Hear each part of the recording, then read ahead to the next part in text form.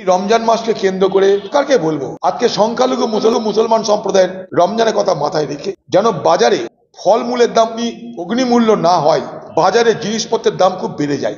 সরকারি কর্মচারীদের উৎসবের সময় বোনাস দেওয়া হয়, একইভাবে মসজিদে ইমাম এবং মুয়াজ্জিনদেরকে বোনাস দেওয়ার ব্যবস্থা করা হোক। যে শুধুমাত্র পুজোর জন্য রাজ্য অর্থ দিতে পারে আর আমাদের জন্য অর্থ দিতে পারে না, এই ভাবনার দ্বারা তারা আক্রান্ত হবে না।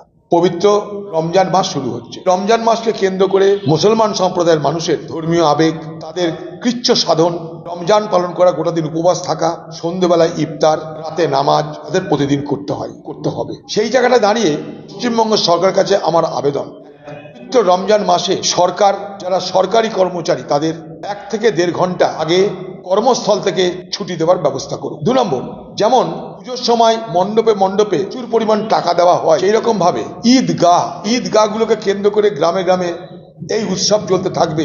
যে ঈদগাতে গোটা গ্রাম, গোটা সমাজের মানুষ ঐক্যবদ্ধ হবে, যাবে যেখানে নামাজ পড়া হবে উৎসবের সময়, সেই ঈদগাহকে আলোকসজ্জায় সজ্জিত করার জন্য সরকারের পক্ষ থেকে বিশেষ অর্থ বরাদ্দ করবার দরকার আছে বলে আমি মনে করি।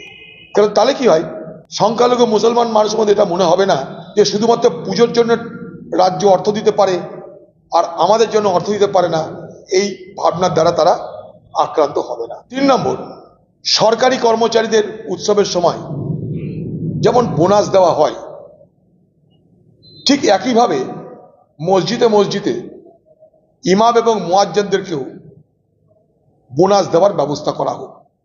কারণ এই রমজানের মাসগুলোতে তাদের বিশেষ দায়িত্ব পালন করতে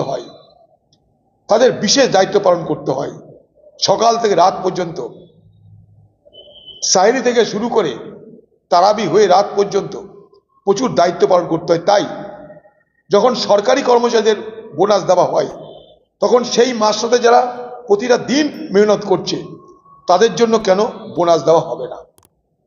আমার আরেকটা দাবি, যে এই সময় বাজারে জিনিসপত্রের দাম খুব বেড়ে যায়।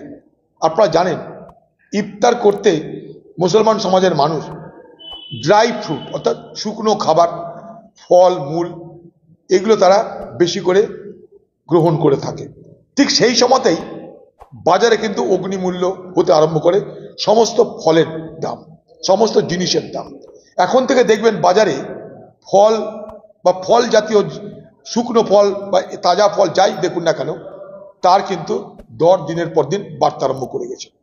সরকারকে বলবো, আজকে সংখ্যালঘু মুসলমান সম্প্রদায়ের এই রমজানের কথা মাথায় রেখে যেন বাজারে ফলমূলের দাম অগ্নিমূল্য না হয়, ফলের দাম, শুকনো ফলের দাম যেন অগ্নিমূল্য না হয়, সরকারের সেই ব্যাপারে বিশেষ নজর দেওয়া দরকার বলে আমি মনে করি।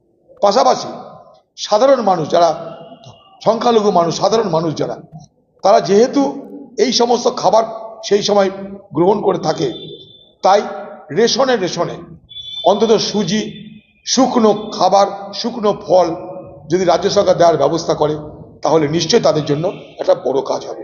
আমার এই কতগুলো দাবি থাকলো, কারণ আমরা সবাই বলি ধর্ম যার যার, উৎসব সবার। সেই উৎসবে, সেই ইফতারে আমরা অংশগ্রহণ করি, আমরা কখনো ইফতারিতে দাওয়াত দিই।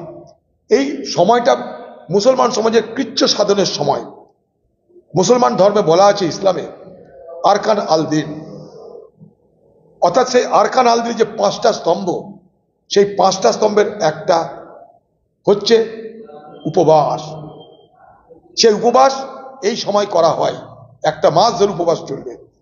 তাই সেই মুসলিম সমাজের মানুষের এই রমজান মাসে যেন কোনো সমস্যা না হয়, তার জন্য সরকার বিশেষভাবে দৃষ্টি দিক, এটা আমার দাবি। আরেকটা কথা, এই সময়টাই প্রচুর জলের প্রয়োজন হয়। কারণ জানেন যে সারাদিন পর মুসলমান সমাজ যখন রোজা ভাঙে, ইফতার হয়, নামাজ শুরু হয়, গোটা দিনের প্রচুর পরিমাণ জল তাদের প্রয়োজন হয়। তাই 24 ঘন্টা জল সরবরাহ। পাশাপাশি আপনাদের আরেকটা কথা বলি, মনে করুন সকালবেলায় রোজা শুরু করার সময় সেহারি খাওয়া হয়, সেই সেহারি সূর্য ওঠার আগে থেকেই দিতে হয় একটা সময়। সেই বাড়ির মেয়েরা রান্না শুরু করে রাত্রি 1টা থেকে। সেই জন্যে আমার দাবি যেন 24 ঘন্টা বিদ্যুৎ সরবরাহ অক্ষুণ্ণ থাকে। 24 ঘন্টা বিদ্যুৎ সরবরাহ এবং 24 ঘন্টা জল সরবরাহ গোটা মাসে যেন অক্ষুণ্ণ থাকে, সেই ব্যাপারটাই সরকারকে বিশেষভাবে আমি দৃষ্টি দিতে দাবি করছি।